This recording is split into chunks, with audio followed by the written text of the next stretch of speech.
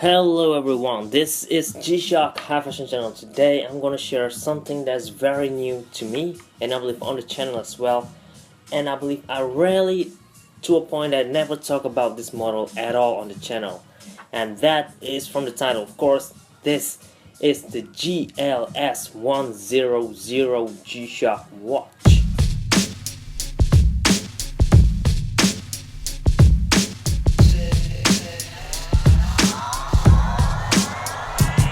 Yeah, no box, no papers, no nothing, because I got this one in a used condition just out of curiosity. That's it. And I found it a pretty good pricing since it is indeed in a used condition and a horrible condition as well. So why not grab this and so that I could share this with all of you guys, and also for my own experience or my own learning. I still need to learn a lot about G-Shocks anyway. This is GLS-100-3JF, released in Japan back in the year, I believe, November of 2012, which is pretty old. This guy aren't that famous as well on the market, so yeah, that's why I didn't cover this on the channel as much. But it looks pretty good though. If I'm not mistaken, during the day of the release, Casio G-Shock Japan actually released two colorway. One being this guy in army green and black color combination, and the other one will comes in orange and brown. The point they released is again for winter sports, and specifically referring to skiing or half piping and all those harsh environment where you really need to rely on something that's very tough. And here it is. That's why they make this thing in a big case G-Shock actually, so that you're gonna be easier for you to tell the time or use the features while during the sports. And look at that, the digital display on here is incredible, man.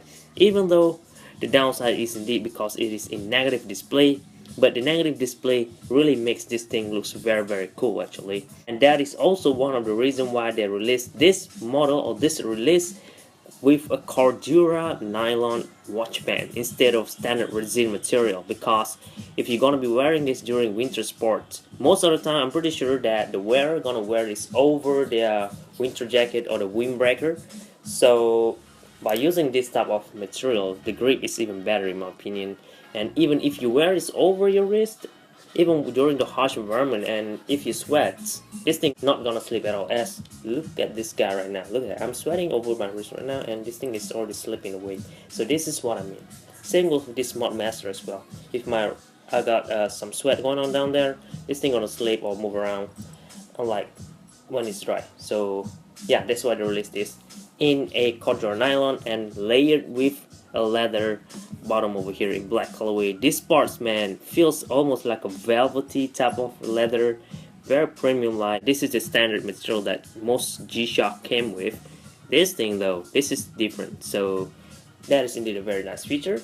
And considering that the retail price for this is just about 14,000 yen at that time, you can get this below retail at a lower price than 10,000 yen. So this is to me a bargain type of model at that time.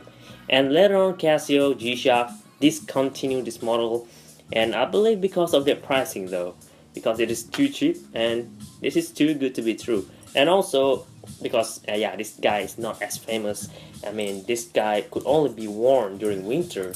If you're gonna be wearing it throughout the year during the summertime or not cold season, this type of watchman is not the way to go, man. The leather on here gonna make you sweat a lot actually.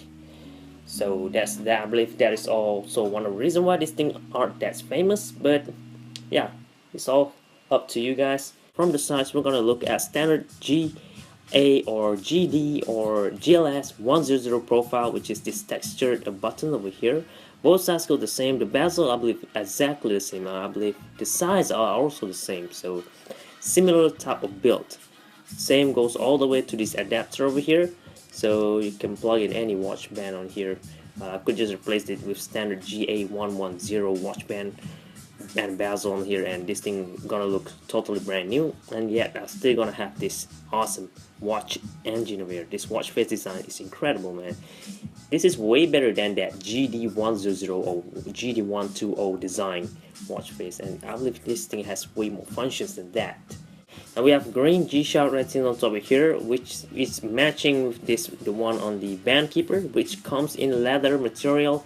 I believe this is just tumble leather, cheap material actually. G-lide ratings were there indicating that this watch is made for extreme sports. So G-lide, I mean, G-lide not necessarily to be used during surfing, although they are almost the same. Surfing on the snow, surfing on water, they're almost the same. I have another G-lide model over here sitting. This is a basic one with a modded burning red series watch band and bezel swap on here. That's why you're gonna have to look at top sole ratings on top of there, although this watch is not top sole at all. But yeah, this is just a band swap. And if I'm not mistaken, both of these have similar functions, except this guy is made for surfers, so they have this tight grab and moon face. This guy is made for skiing, so you don't need that tight grab and moon face on here, but the rest are the same. So you know what, let's run through all of them real quick actually. So we're gonna have a look at date and time and home time. Huge display. Up here will be some animations, yeah, seconds animations, which is very cool actually, almost like a Gundam type of appearance on here. Incredible. And if you press this lower right button down here, if I'm not mistaken, you could swap between 12-hour or 24-hour time format. And if you enter the first mode, it's gonna go to the first stopwatch, similar to this guy. So from here you know that this guy has two stopwatch. Second stopwatch will be now. And yeah, next we're gonna go to a countdown timer, and then a snooze alarm and world time, and then we will go back to home time, and that's pretty much it. This guy also have flash alert. You can turn it on using the adjust button of course, and also an auto light features. This light button up here is gonna glow LED light dual illuminator in white colorway, but since the display is dark blue, so it's gonna be like blue. Look at that, the digital display gonna glows very bright even at daytime, and of course very bright at nighttime. You know what, I already turned on the auto light on here, so look at that. Very nice feature. And this thing gonna last you a very long time, I guarantee it. Although this bottom layer though, not so much, but this part is gonna be very strong. Although the owner who used this, look at that, actually beat the hell out of this thing. It's still looking great.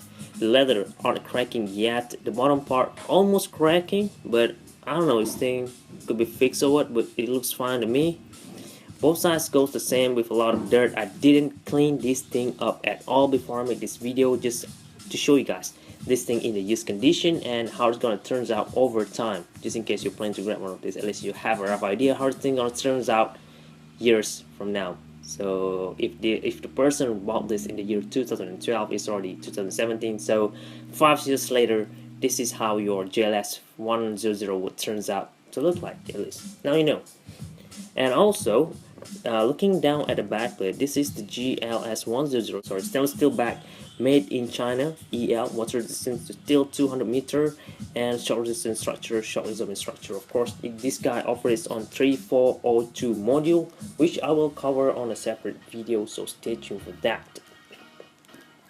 And one other thing that I just noticed, that this spot over here, somewhere around this region, from this part to here, and same goes with this part after this adapter all the way to this uppermost holes up here, they have sort of like a bone in this, between this leather and also this cordura nylon material over here, so like a bone. So this part feels strong compared to this part is very flimsy. Look at that, very smooth actually. Okay, and the buckle, let's have a look by Casio Thailand. So this watch I believe was assembled in Thailand to save cost, and yeah, this was made in China, assembled in Thailand, so that's why this thing is cheap. And before I proceed with the wrist jack, look at the watch face again. This features this huge triangle type of shape, a lot of material over there. So the first stopwatch will be 1, and the second stopwatch will be moving from here, moving in the middle there. And the other big feature that this model have compared to other GA100 is that the display panel here have the capability to withstand all the way to -20°C, which is very much required if you are gonna use this for winter sports in the mountain area. You know, that place is gonna be a very cold region. Also, you're gonna be moving very fast in that type of environment, so you're gonna need a watch that you could rely on for display at least. So I don't think most G-Shock, for I believe this guy even this guy could only withstand all the way to -10°C only. This thing, man, specially made for that type of environment. And if I'm not mistaken, this guy also could withstand to negative 20 degrees Celsius as well. So both of these almost similar function wise and also quality wise, but they are not the same. And yeah, I believe, yeah, both of these was made in the same factory, so no wonder this is cheap and this is cheap, even though both of these have awesome features and on the light, of course. Let's have a look on the wrist jack over my sweater right now. As I already mentioned before, the grip is great on this thing, so it's not gonna move as much as when I'm wearing this over my sleeve right now. It's just very slippery. This thing, man, just hold into place. So yeah, that an example of how useful that this material over here. It even feels grippy, you know. Grippy is that even a word, but yeah, it feels some sort of grip going on down here if you actually feels it. Man, what's this? I don't know, man. But there it is, a wrist jack on top of your sleeve. People not gonna notice this as much because these watches aren't popular. Unless you are an old-timer, you probably notice this right away even from a distance. You might have good eye, better than me. And yeah, the green colorway also, I mean, yeah, you guys already know I like green colorway, right?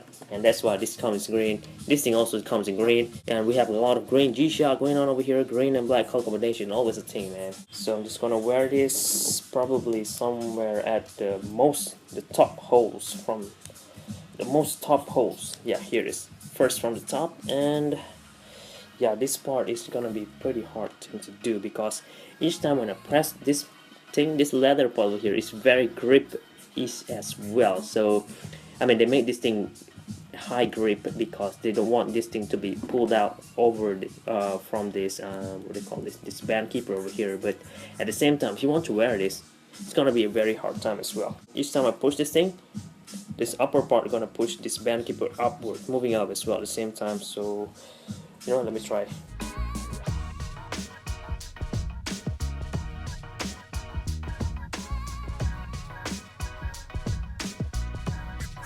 And I believe one of the reasons why it's very hard to wear it over here because of that, this bone region over here makes this part of the watch band thicker than below here. So when I'm going to use this band keeper all the way up, I couldn't do so. Look at that, it just sticks over there.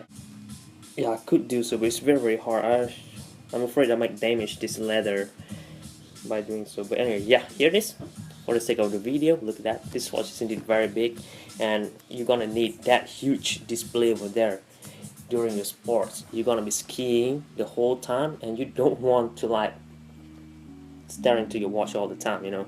You need to flick and right away able to tell the time even from this thing. Look at that. Most of the time when you put an adapter on your watch, the fit gonna be like this. You're gonna have a lot of gap going on the sides. Look at that, somewhere on there.